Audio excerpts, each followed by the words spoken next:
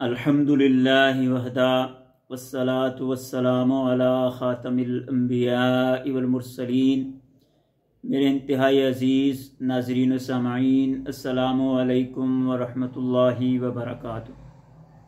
عزیزان من، آج ہمارے احباب، ہمارے دوست، ہمارے نوجوان جب ان کو فارغ وقت ملتا ہے تو وہ اپنے وقت کو گزارنے کے لیے کچھ ایسے ہیں کہ جو انٹرنیٹ کا سہارا لیتے ہیں، ٹک ٹاک اور یوٹیوب کا سہارا لیتے ہیں اور اس پر وقت گزاری کرتے ہیں۔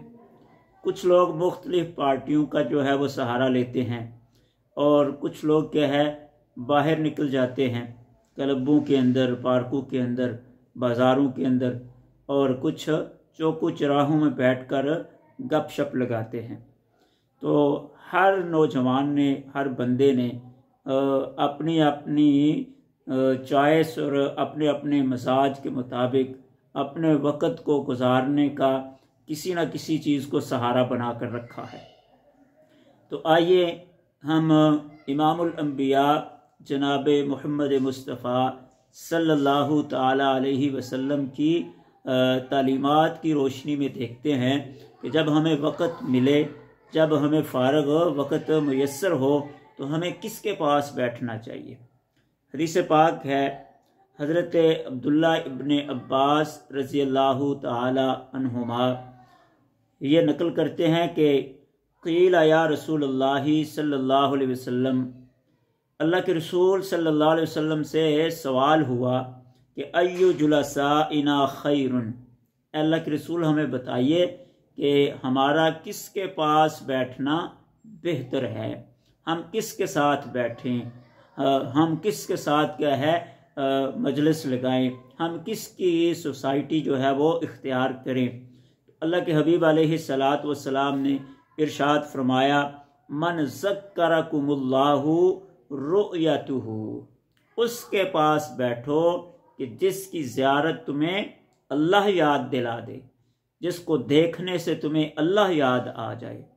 پہلی چیز اللہ کے حبیب نے یہ بیان کی کہ اس کے پاس جاؤ، اس کے پاس بیٹھو، اس کے پاس مجلس لگاؤ کہ جسے دیکھ کر ذکر اللہ، تمہیں اللہ یاد آ جائے۔ اور دوسری چیز رسول اللہ صلی اللہ علیہ وسلم ارشاد فرماتے ہیں، وَزَادَ فِي عَمَلِكُمْ مَنْطِقُهُ، کہ جس کی گفتگو تمہارے اعمال میں ترقی کر دے، تمہارے اعمال میں زیادتی کر دے۔ زیادہ، جس کی گفتگو سن کر، جس کی باتیں سن کر تمہارے اعمال میں زیادتی ہو جائے، تمہارے اعمال بڑھ جائیں۔ تو اللہ کے حبیب علیہ السلام نے یہ دوسری چیز بتائی۔ اور تیسری چیز فرمایا، وَذَكَّرَكُمْ بِالْآخِرَةِ عَمَلُهُ، اور اس کا عمل دیکھ کر تمہیں اپنی آخرت وہ یاد آ جائے۔ تو تین چیزیں رسول اللہ صلی اللہ علیہ وسلم نے بیان کی۔